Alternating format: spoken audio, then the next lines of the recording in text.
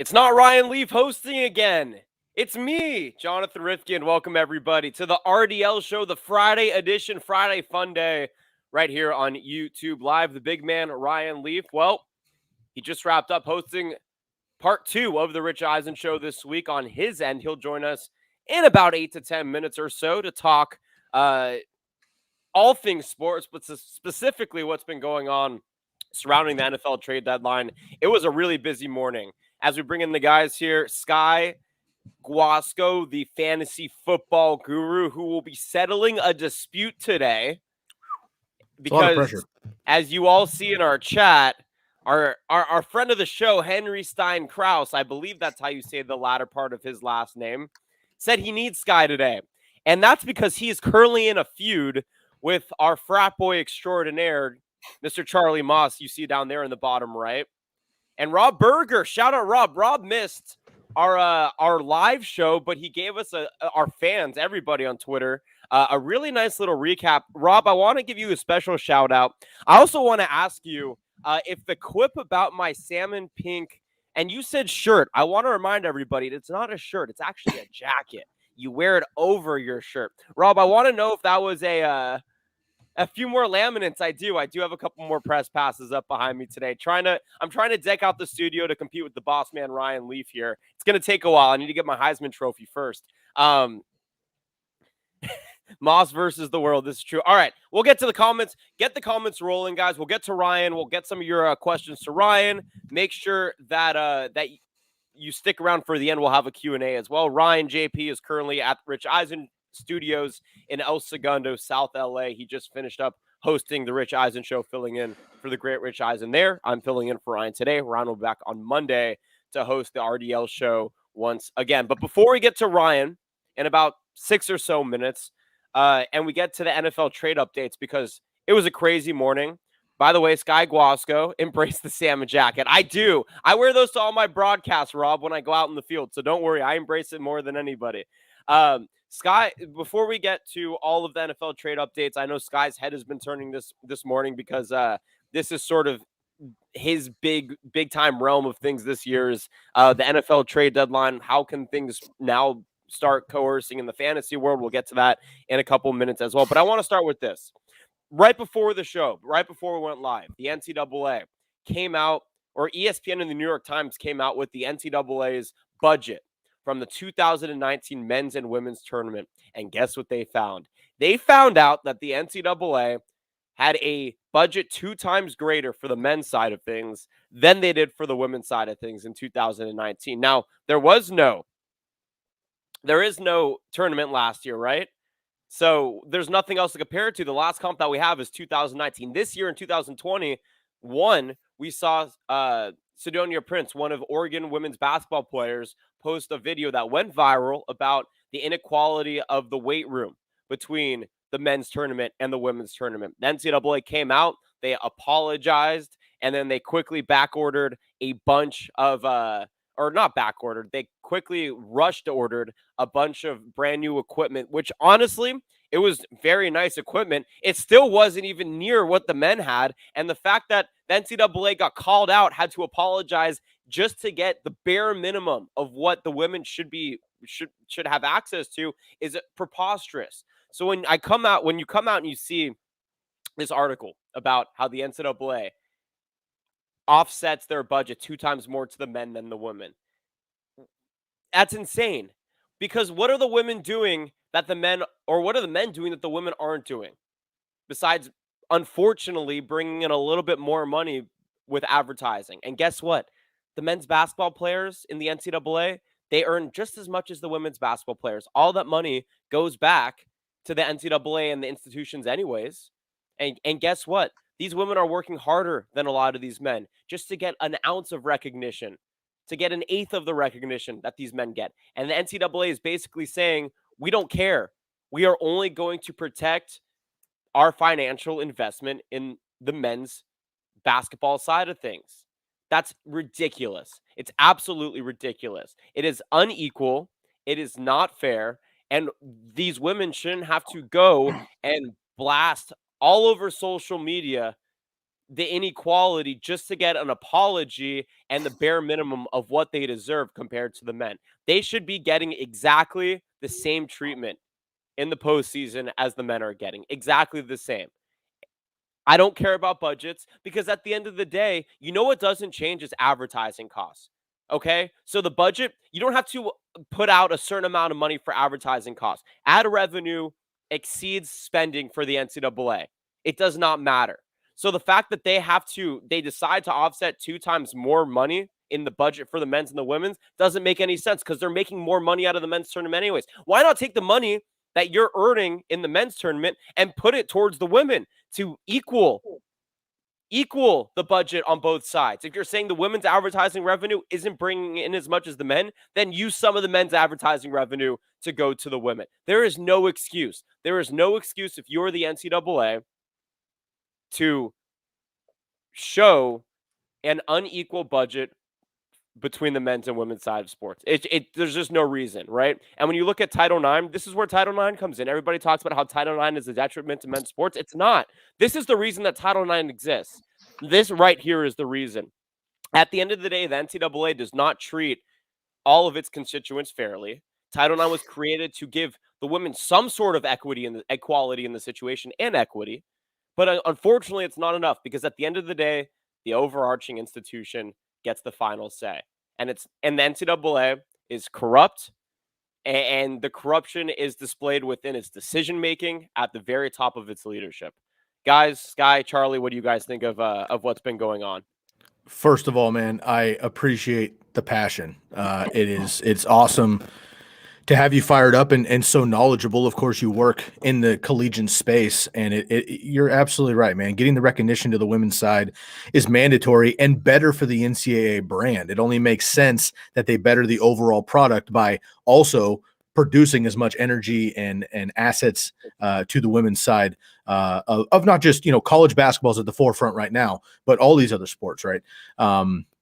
And just across the board in general. So, Jonathan, I absolutely agree with you, and it has been it's been a bit showing, right? I mean, with the state of social media these days, you can't do anything behind closed doors, and I'm not going to say that the NCAA intentionally put a deficit on the women instead of the men. I'm not going to make a claim like that. However, it was clearly called out.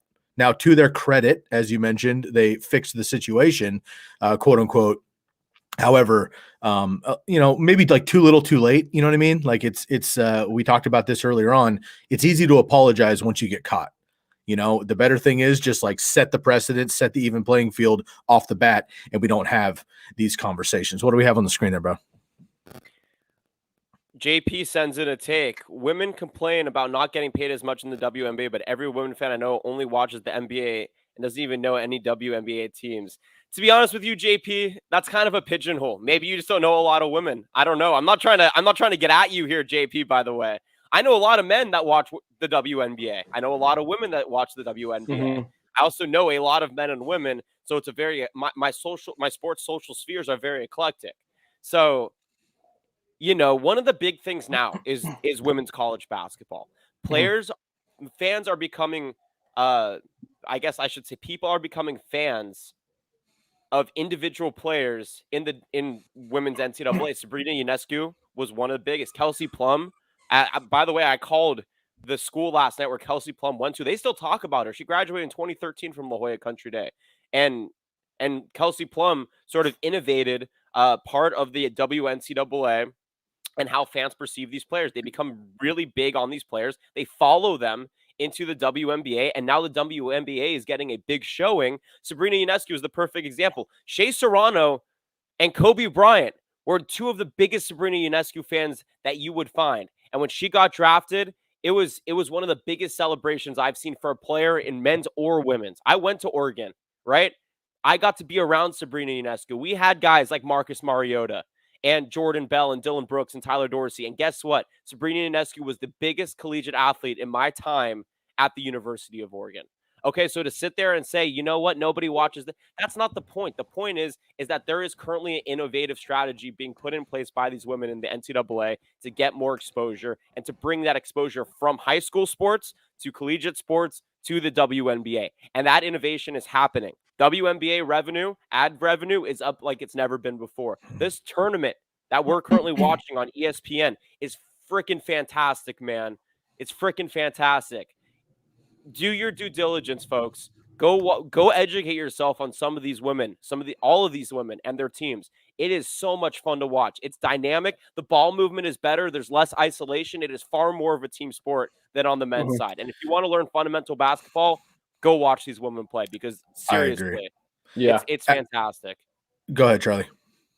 No, I was just gonna say I liked what you said earlier, Jonathan, about how sure the men are making more money, but if you know they're making more money, put it into the women's games, make the tournament better for them, give them the tools they need to be successful, so it's equal on all grounds. That's just the goal of it. David Morey brought up a really interesting point. Yeah. Here. Wow, we're really getting into this. The boss man. I like it. The boss man is supposed to join us, folks. Ryan D. Leaf is supposed to join us from the. I texted him the link to join our show here. Look, Whether man, he's is beyond me at this point. He's hanging out with the Rich Eisen show. He'll be on as soon as he possibly can. This is a great topic, though, man. I'm kind of fired up about this. I'd like to spend a few more minutes. Yeah, I would also.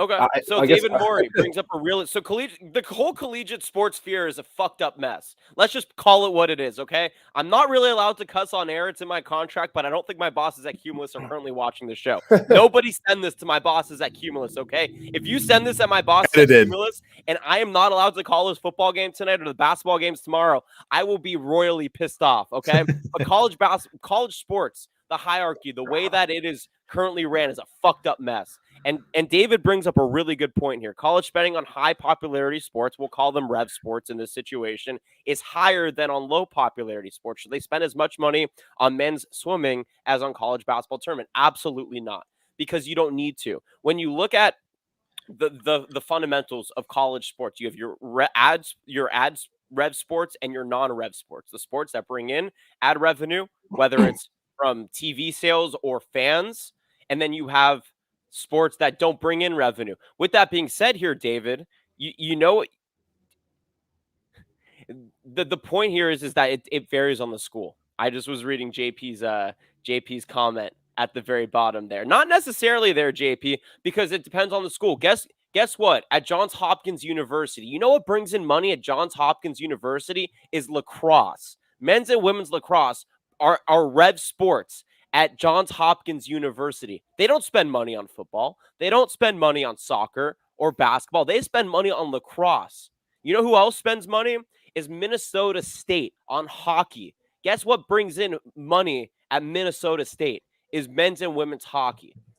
It depends on where you are in the country. It depends on what school you're at. And it depends on the popularity of the product. And at the end of the day, that's not up to the NCAA. That's up to the individual institution. If the individual institution finds a way to make revenue off a sport, they're going to invest more into it. Some schools may spend more money on swimming than they do on basketball. But present day, obviously that's not the case. You're going to spend money in the sports that bring in more money to your program. Ryan just joined and now he's gone. He might just have to get back into this. We're going to pause when Ryan. That's what we were talking about and didn't want to take part in it. When Ryan comes back, we'll pop him on here, but he's coming in right now. Let's get him on. I appreciate the humor from across the pond. I really do. I really do. All right, RDL, what's going on, boss man? With the Rich background. Happy Friday. What's up, boys? How we doing? How's the show going? We're fired up this morning. We are fired up. Ready to go at it. We're killing it in ratings right now. It's a busy morning. So I think we're gonna hijack the show. We're currently streaming our most watches for our live show here. Talking big blockbuster trades that went down here in the last hour. We haven't even gone to the. We're talking NCAA disparities right now. Because I don't know if you saw, Ryan, the NCAA came out today, or there was a New York Times article that came out talking about that the NCAA has 2 times the budget for the men's side of the tournament than they do for the women's side of the tournament. And it's just preposterous. It's just preposterous. And so myself, Chuck, and Sky have been rattling off with our viewers here about the disparities in men's and women's sports of the NCAA and the hierarchy and all of that. I talked a little bit about this on my Pac-12 show the other day, and if they would have just if they come out and say this is what is budgeted for the men's side because of A, B, and C, and this is what's budgeted for the women's side because of A, B, and C, it wouldn't have been so dramatic. But also, every athletic program in the country goes through this, right?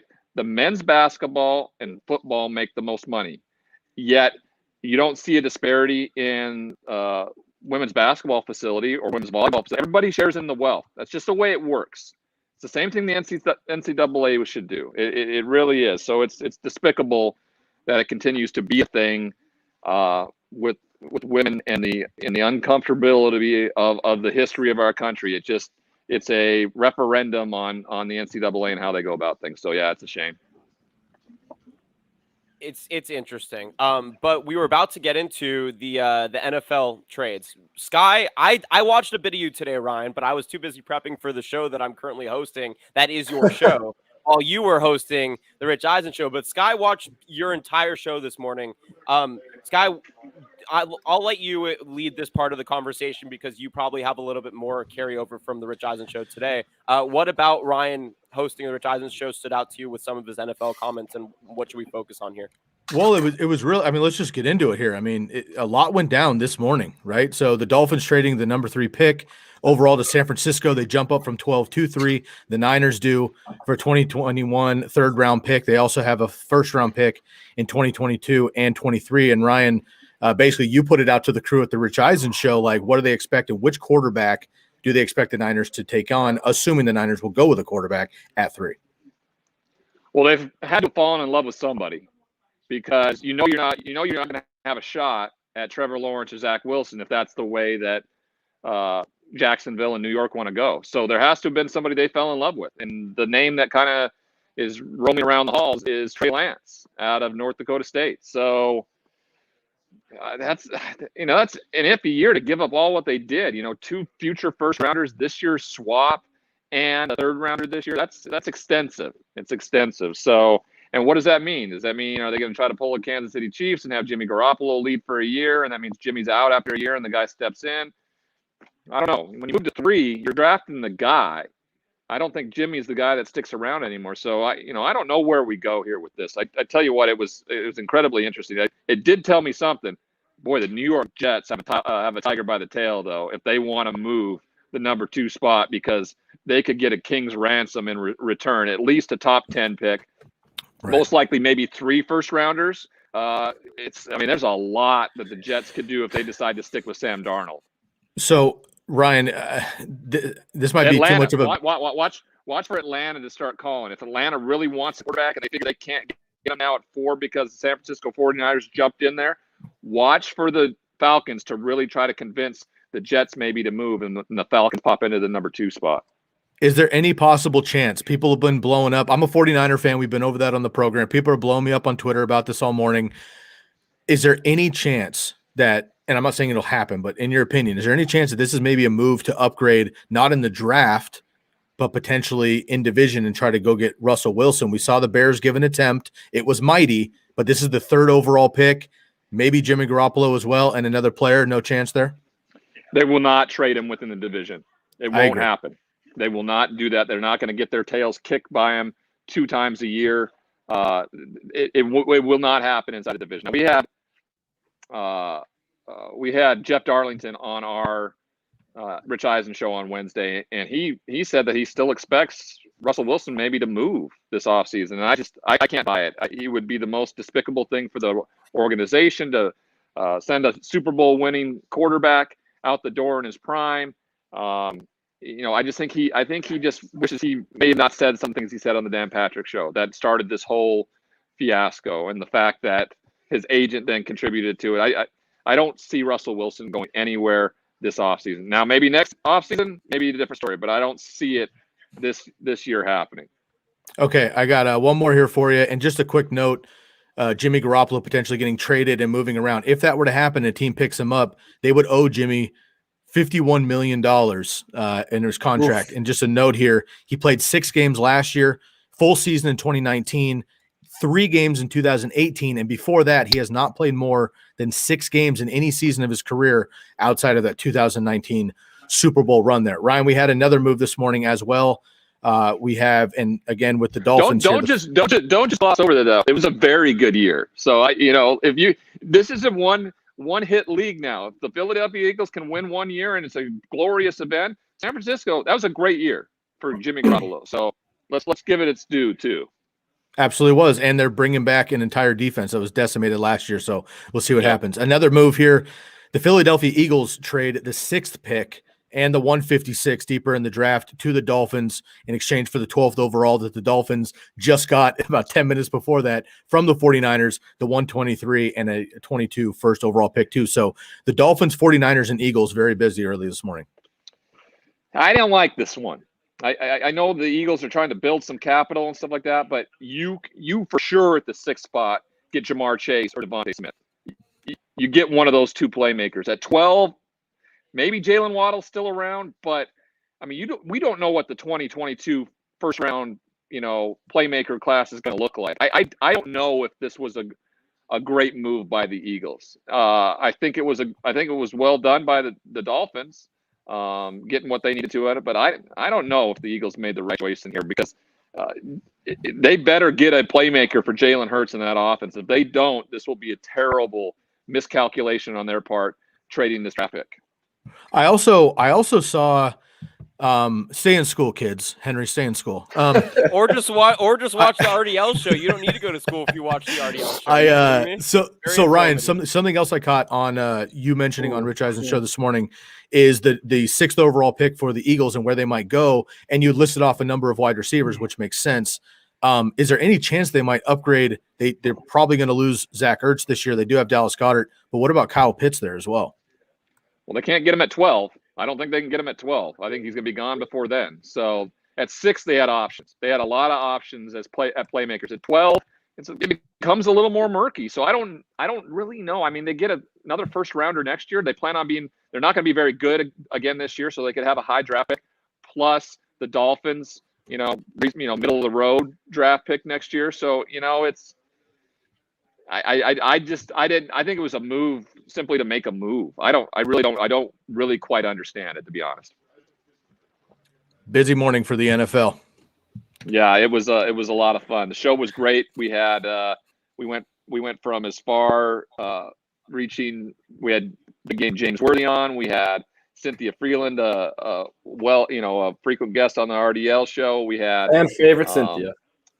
We had Tim Legler from the NBA talking about all the trades. And then we had Kevin Connolly from Entourage fame on, and got a great story with him and TJ about when they ran into each other in 2007. Did you ask James Worthy if he thinks the Lakers are going to win a game without LeBron James or AD this season? Yeah, I did. He said it's going to be tough sledding. And with them back, they're not, I'd say they're in the top 3, he said, but without them, this team is not champion. Maybe even that. I mean, they could be the outside looking in. He thinks they're both going to be back in time where they can right the ship enough. But I mean, he talks about having them at a 4 or 5 seed, and if that's the case, they may have to turn around and play a Nuggets team that just bolstered themselves with Aaron Gordon coming over. Huge addition. The injuries to both these guys has put the LA Lakers in a situation. So. I'll get out of here with the Sunfair ad here. Bring my food everywhere with me. Here's the red bag, or here's the green bag. I saw, they took my picture on the Rich Eisen show today and posted it with the picture that I did last time I hosted. And it's just, the transformation is crazy. It's all about the food, personalized, delivered, healthy meals from Sunfair. Go to sunfair.com, sign up, click on sales representative Carl Farrell, click on how did you hear about us, the RDL show, and you can get your first order 10% off. Delivered meals to your house in the morning, change your life. I mean, I look at these pictures you put up here, and I can't even believe it to be true. It's all about the food. Invest in it. Invest in yourself. It's the best investment you can have. You boys have a great rest of the show. We'll be back at it live from the studio Monday, the RDL show. Thanks, boys. I appreciate it. Have a great day. Miss you, boss. Have fun. Boss, man. All right, bye. All right.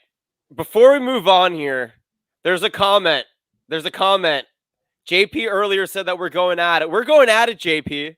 We're going at it, JP. Seahawks should trade Wilson to the Ravens. First of all, the chat has been great. Keep it going. I see some love between Henry and David. A beautiful friendship is forming in the chat. RDL show where friendships are formed. We love it. But JP right now, I don't know how close we are. Seahawks should trade Russell Wilson to the Ravens. You're not buying low on Lamar Jackson if you're trading Russell Wilson. You're buying extremely high. That's the highest that you could possibly buy for Lamar Jackson, unless you're trading Aaron Rodgers. That's not buying low.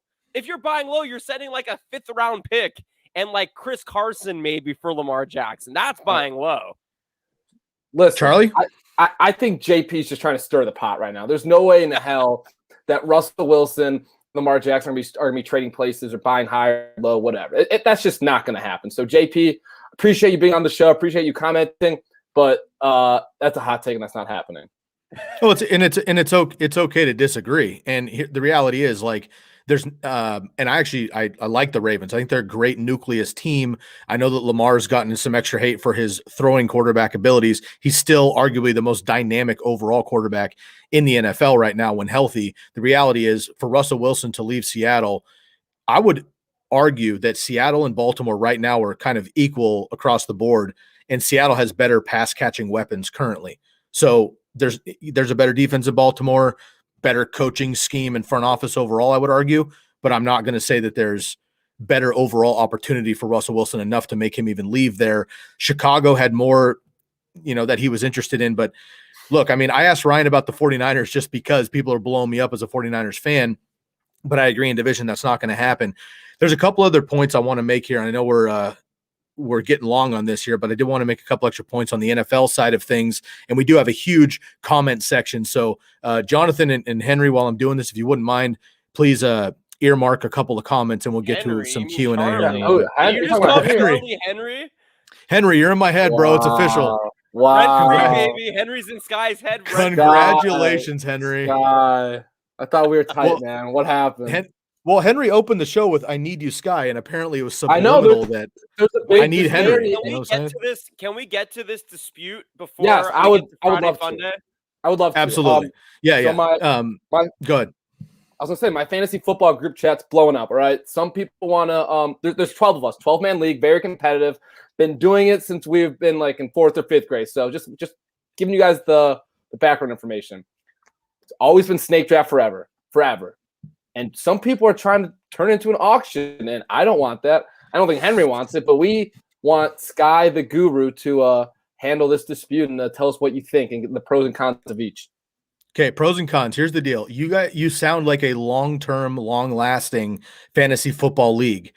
Now, yes. I'm not necessarily vouching to go to auction, so don't hear what I'm not saying. Good.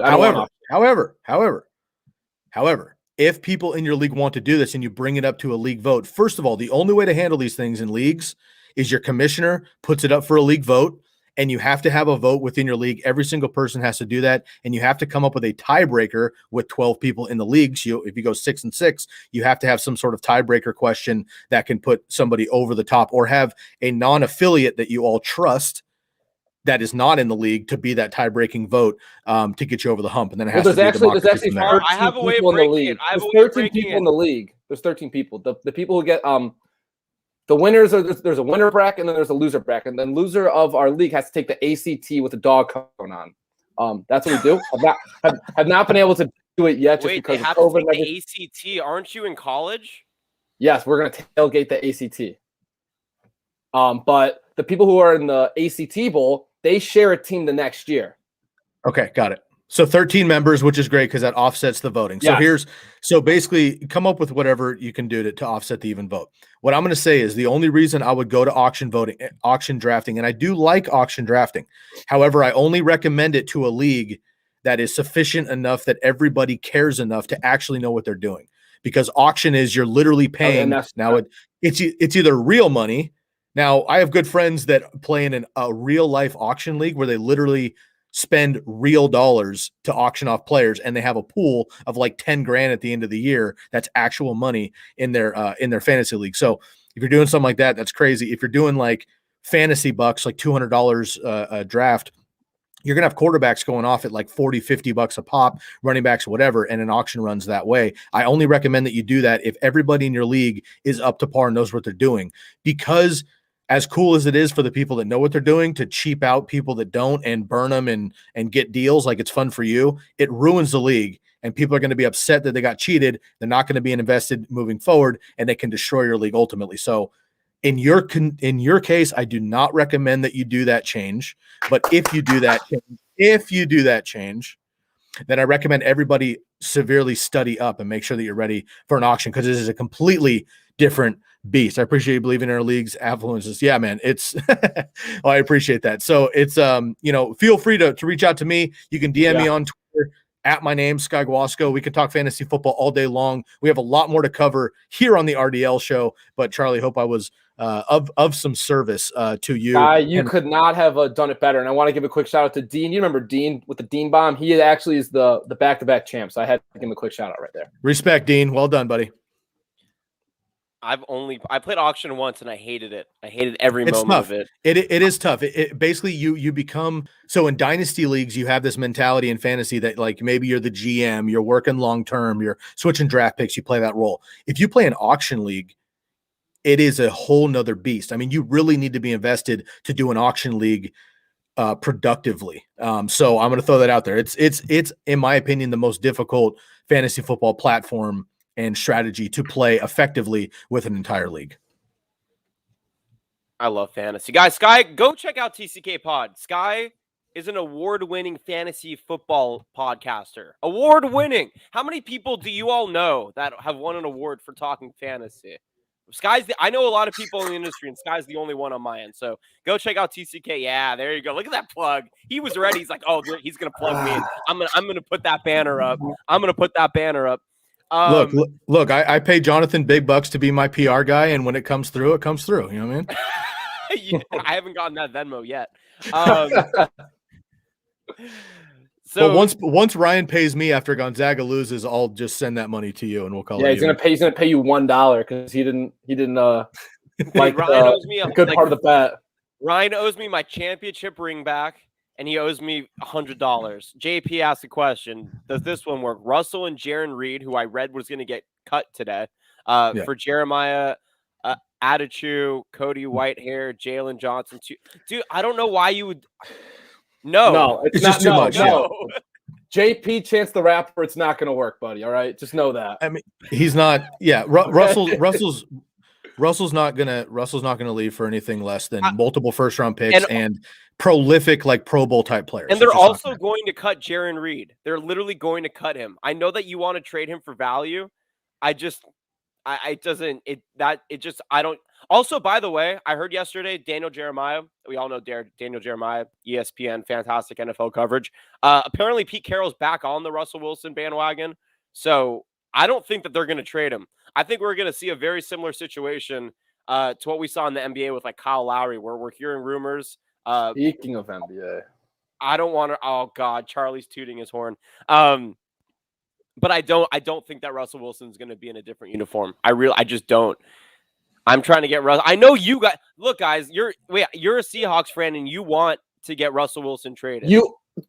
I mean, yeah, I would love, as a Chicago Bears fan, JP, I would love to have Russell Wilson. We have the red rifle Andy Dalton right now, which like, cool, good for us. But I would much rather have Russell Wilson and Ciara in Chi-Town. JP, I think what you need to do is focus on getting an offensive line to protect him and an offensive coordinator who says, stop running the ball. We're just going to throw it to DK Metcalf, Tyler Lockett, 50 times a game. The problem is to throw out a shout out to JP here really quick. They tried that for 6 games, and just like Dak Prescott and the Cowboys, Russell Wilson and Dak Prescott were lighting the league on fire. I mean, they were like 400 plus yards a game, throwing the ball constantly. The problem was the Seahawks and the Cowboys were losing those games. And in the NFL, all they care about is winning, right? And so unfortunately that method didn't work for the Seahawks. But Russell Wilson's ultimate qualm with the team, straight up, he's taken the most sacks since he came in the league in 2012, period. Deshaun Watson's right behind him when he came into the league. If those two guys can be protected behind the line of scrimmage, they could be the Mahomes, Rodgers guys. Straight up, they have the talent to do it, but they're constantly scrambling and taking sacks, and that just doesn't work out. But we have a lot of NFL news. I want to get into 2 quick mentions here, and we will move on from the NFL. The Tampa Bay Buccaneers this morning also continue to, quote-unquote, run it back. Did not see that. Lenny Fournette does return. So the Buccaneers have brought back literally every player.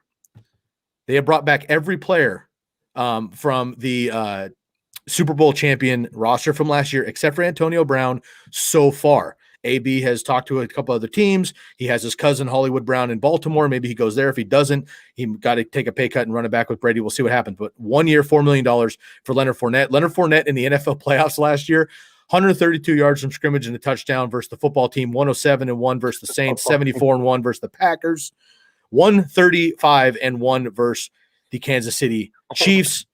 And the Tampa Bay Buccaneers, what they're doing right now, they become the first team since 1994.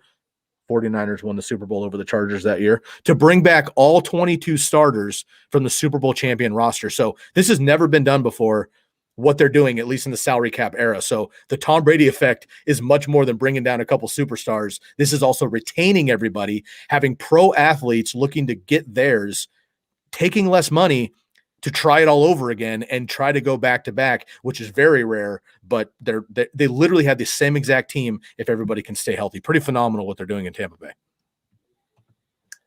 I love football, man. I can't believe the draft is almost here. All right, it's Friday Fun Day. We're gonna get to the NBA. We only have 22 minutes left of the show, folks. But it's Friday Fun Day. Apparently people don't watch the news on the RDL show because Sky and Charlie do not know what happened. Wait, you mean ESPN News? I watch ESPN News all the time.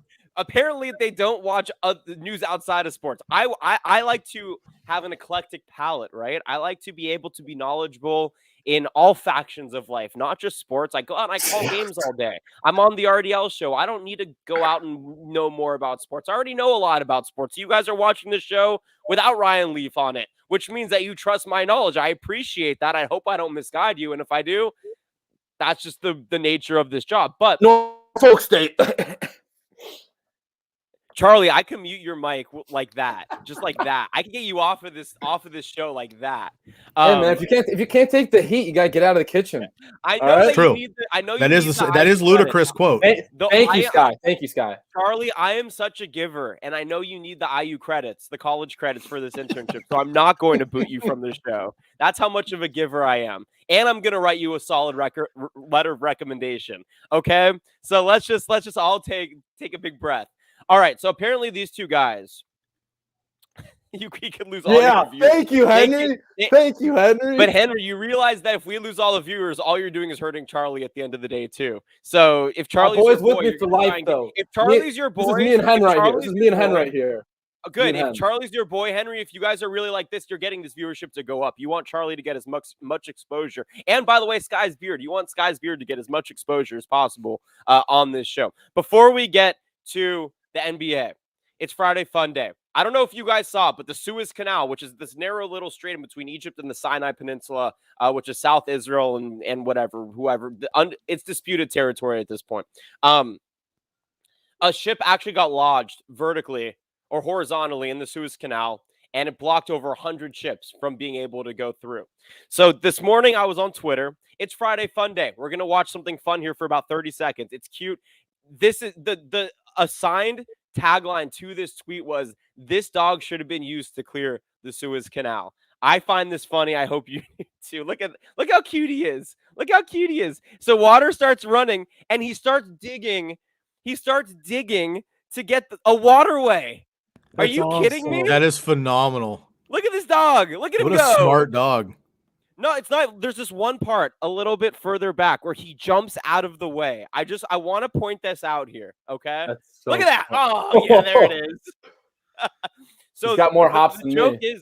The joke is that this dog should have been used to dig the waterway open, so that way that boat that they were using bulldozers to clear could get out of the Suez Canal and clear the canal up. So I thought this was humorous. See, look at this dog go. Look at him go. People do not deserve dogs. What an intelligent animal. That's awesome. That dog is awesome. Yeah, that's awesome. He's so Look at that pumped little too. spin. He's so Look at that little pumped. spin. Yeah, he's hyping himself up with that little spin. David Morey, they do not. They do not indeed. I believe that they respect our canine friends down in the North African countries. So that was our Friday Fun Day, non-sports related little clip here. Hope you enjoyed it. Talk us on CP. Rob, you're my favorite human being. You're literally my favorite human being. I hope you know that. Okay, let's move on to the NBA. Big news. Yesterday was the NBA trade deadline. Big. I predicted where I thought all these big names were going to go. I was wrong about all of them, but John Collins did indeed stay with Atlanta. I said Aaron Gordon was going to the Celtics. Guess what? He went to the Nuggets. I think that Nuggets lineup is scary. It's scary. Scary. Just a note from Adrian Wojnarowski, ESPN NBA analyst on Twitter, said this is the most active NBA trade deadline that we have seen in 35 years. 23 teams active, over 40 rostered players, and a whole bunch of trades. A couple that stand out, obviously, Kyle Lowry staying in Toronto. That's big for a team that's not in contention, but, veteran leadership. They did trade Norman Powell, however. I think that trade is really good. Why is it escaping me where Norman Powell went? Charlie, do you remember off the top of your head? Norman Powell went to Portland for Gary Trent he went to Jr. Portland. and So Rodney Hood. I said Victor Oladipo was going to go to Portland. I actually like Norman Powell. Norman Powell went to UCLA. He's from San Diego, actually just down the road of where I live right now. I think that CJ McCollum, Norman Powell, who's shooting above 35% from the three-point arc this season. Russell Wilson for Kyle Lowry. Still a bad trade. For both teams. I think that the Norm Powell brings the 3-and-D mentality. He's going to be more consistent. He's going to complement CJ and Dame up in Portland. Good trade. What do you think, Charlie? What were some of the standouts from the NBA trade deadline for you? I think the biggest winner of the day were the Miami Heat getting Victor Oladipo for basically nothing because Oladipo is part of that Harden trade beginning of the season. So shipping him off for Avery Bradley and Kelly Olynyk and like a pick or something, they got him for nothing. And sure, he'll be an unrestricted free agent after this year, but there's also talks that the Heat are front runners to land LaMarcus Aldridge after his buyout with the Spurs. So I just think getting that score in Oladipo to South Beach is a huge move for Miami and will definitely help them. I also think, like you said, Aaron Gordon to the Nuggets is huge. Getting that third established scorer and player with the Lakers hurt and banged up. The Nuggets are a scary team. They've done damage before with just Jamal Murray and Jokic, and now adding this guy, they are going to be scary in the playoffs. And if I'm the Clippers, I'm not going to want to see them in the playoffs at all. Appreciate you, JP. Appreciate you. Evan Fournier getting traded to the Celtics for Jeff Teague and 2 future second-round picks.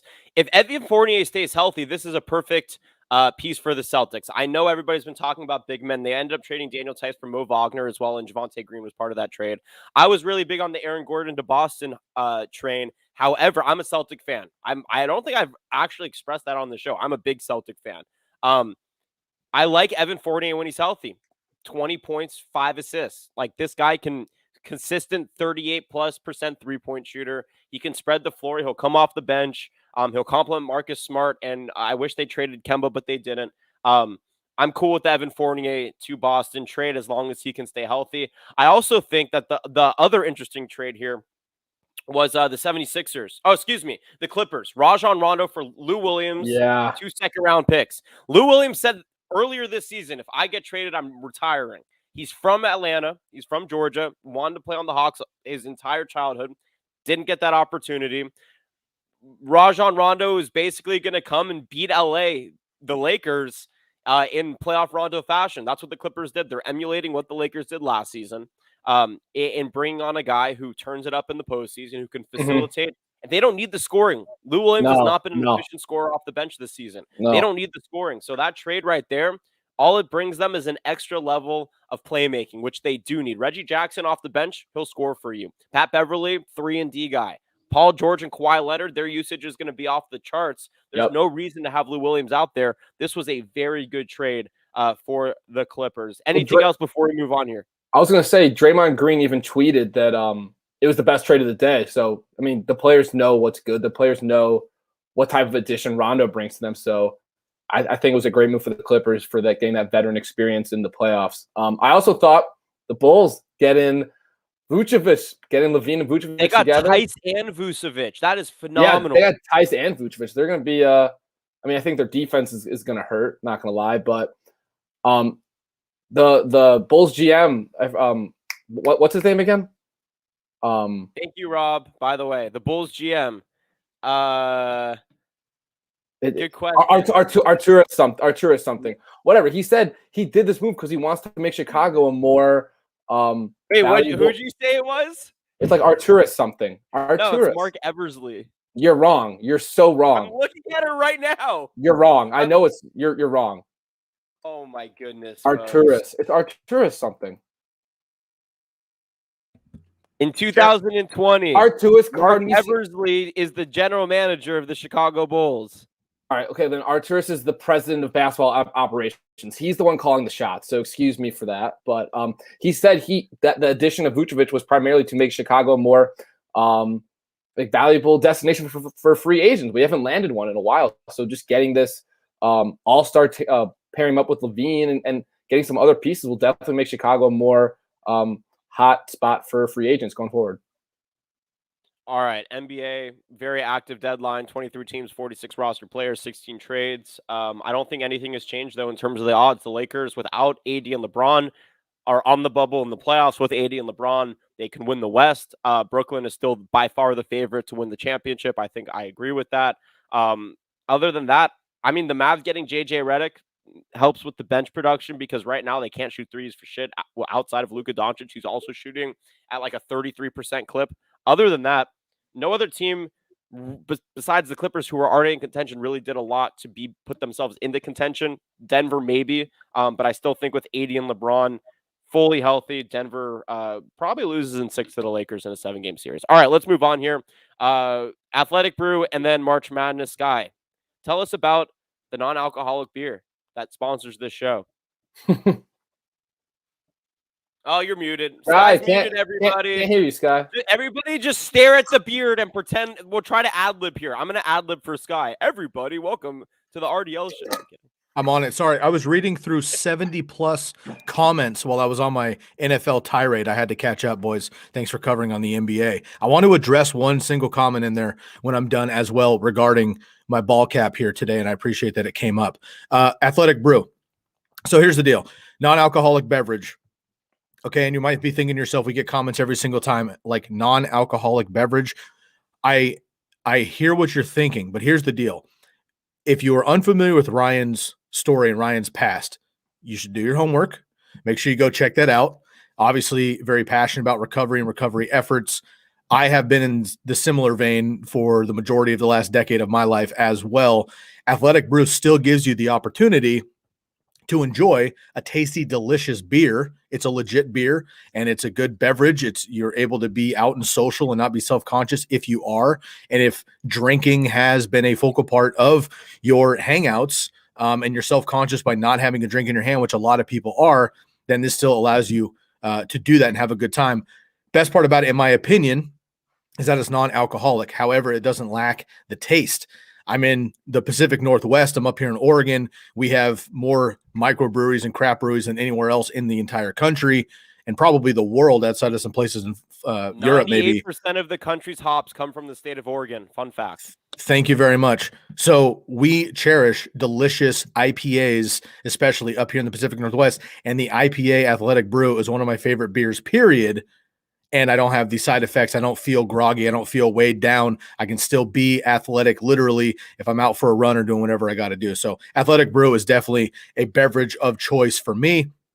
And I highly recommend you go check it out as well. Make sure you go to athleticbrewing.com and you get 10% off of your first shipping. So go check that out. Athletic Brew, shouts out to what you're doing, and great company as well. Go check them out on their website and read their story. Also, great story for Athletic Brew.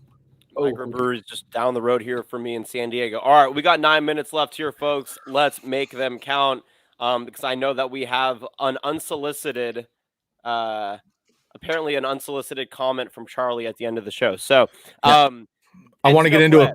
I want to get into a quick comment. I want to dive into some March Madness here really quick. So, Sky, is that a Native American symbol on your cap? Yes, it is. This is a 1948 Boston Braves hat. I bought this hat, oh boy, 8-9 years ago, maybe.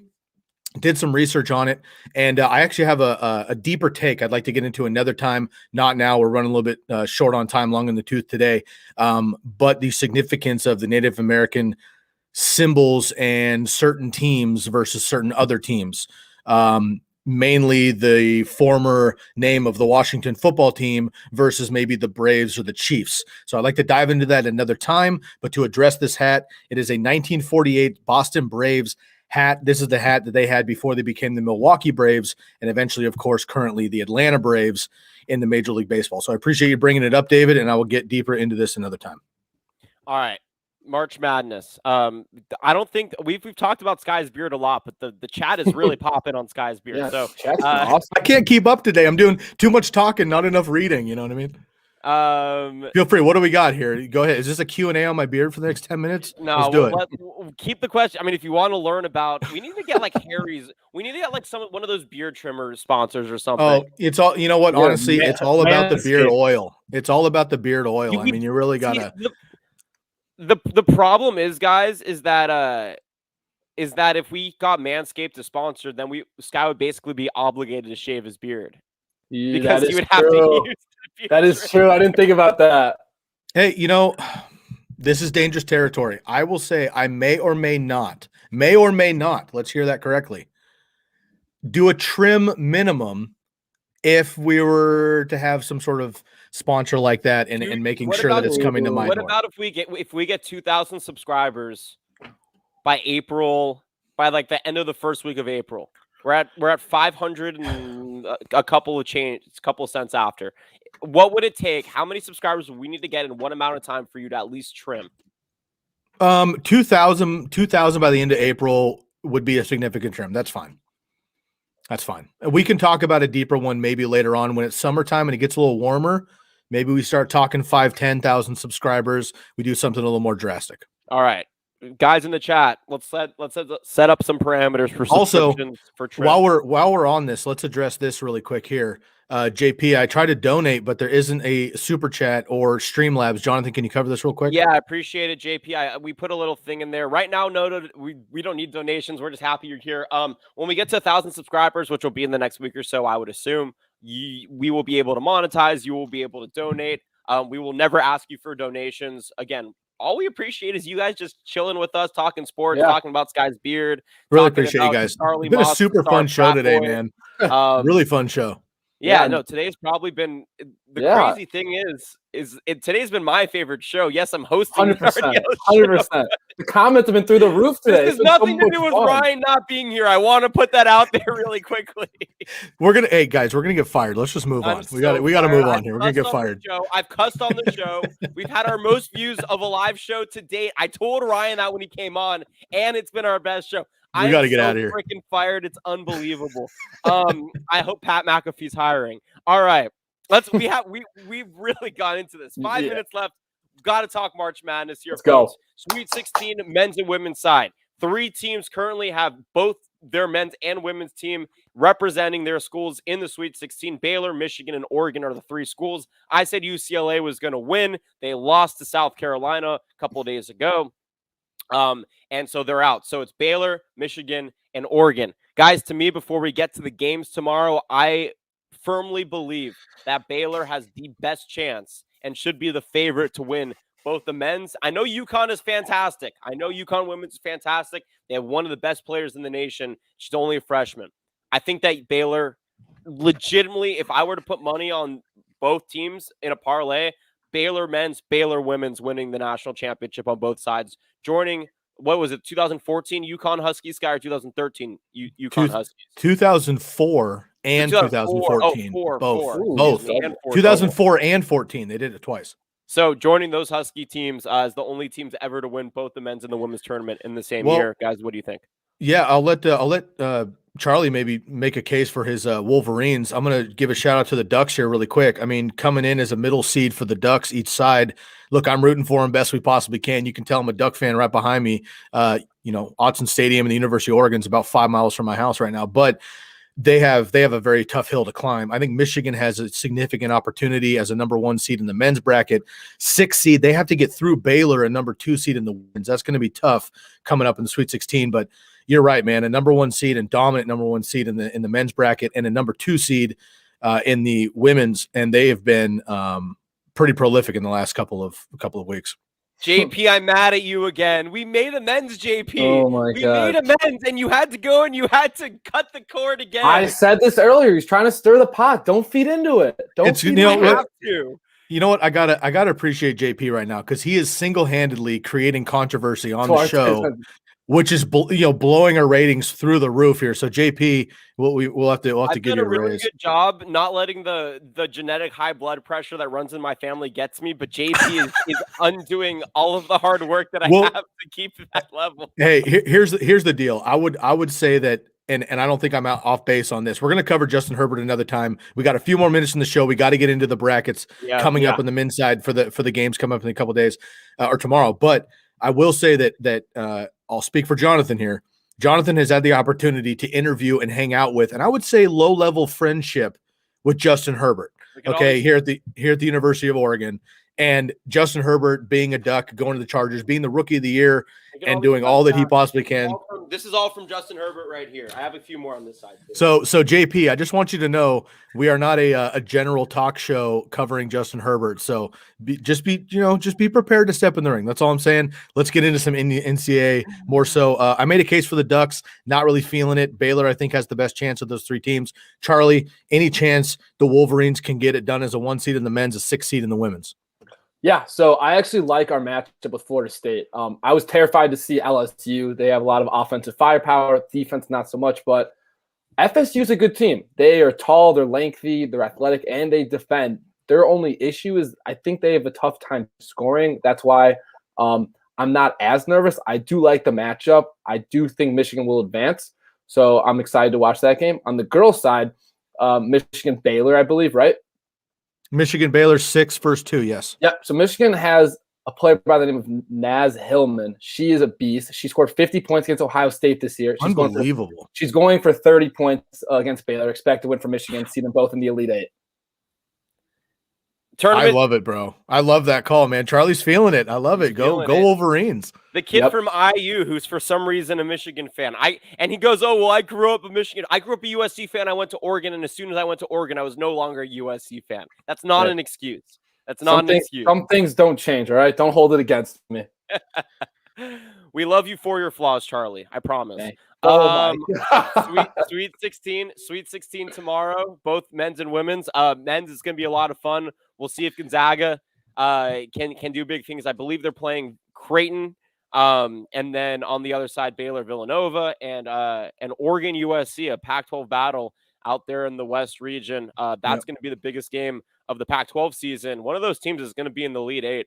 I'm putting money on my Ducks on that one. I think Evan Mobley, who I also covered last year in high school, will be probably the second pick in the NFL draft. He's just NBA, by Eugene Omari. All right.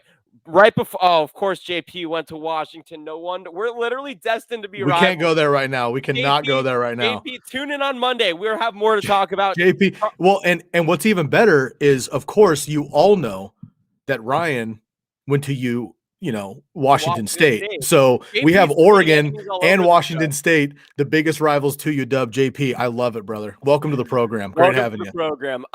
Charlie, you have some words, and then we'll get out of here. Yeah, kind of a heavy topic, but earlier this week, Grand Canyon University player Oscar Freire died in a car accident. He actually played in the NCAA tournament 2 or 3 days before that. Just want to say our condolences go out to him and his family and Grand Canyon University in general. But I just wanted to say, hug your loved ones. Tell them you care about them. Tell them you miss them, because at the end of the day, you never know what could happen. So just want to touch on that. And again, tell the people you love that you care about them and you miss them. I love that, man. I want to compound on that for 30 seconds. Jonathan, I'll let you get us out of here. Charlie, great Great message, brother. I appreciate that. And you know what, everybody in the chat, we have had such a fun time with you all here in the chat. Make sure you tune in. I know you're all supporters and you're really holding it down today. We appreciate that. Come back on Monday. Ryan will be back with us and we'll get back after it. But let's show the big boss that everybody is here to hang out and be supporters. Make sure you tell a friend and a family member to get in on the RDL show. And to Charlie's point, really take this time to appreciate, make a phone call, send a chat, send a text, a DM, whatever, to hang out and check in on your friends. I've been trying to do that through the quarantine, and it's always good to check in from people, and you never know how somebody's feeling. So it's a dark time right now sometimes, but thankfully to this show and our friendship we have here on the show and with you all in the chat, it's been a real blast today, man. It's Friday.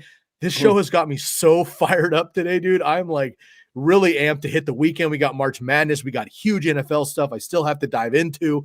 Things are going crazy. I appreciate you all for sending us off strong. Come back on Monday and let's flood the chat room double time when the boss gets back here. Jonathan, run us out, brother. Much love, guys. Love each and every one of you.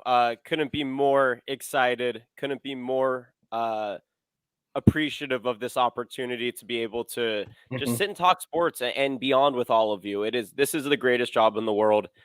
It's why I decided to go and major in a business that you don't make a lot of money in, because it's way more fun than going and investing in hedge funds and day trading. This is truly what brings people together. So everybody in the chat, much love. Have a wonderful weekend. Ryan will be back on Monday. He is going to host the show. Sky, Charlie, and I will be back as co-hosts, and we'll get back at it. Bring all of the heat, JP.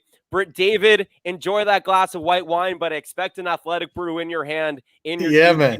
on Monday. Have a wonderful weekend, everybody. For Charlie Moss, for Sky Guasco, my name is Jonathan Rifkin. We'll see you on Monday.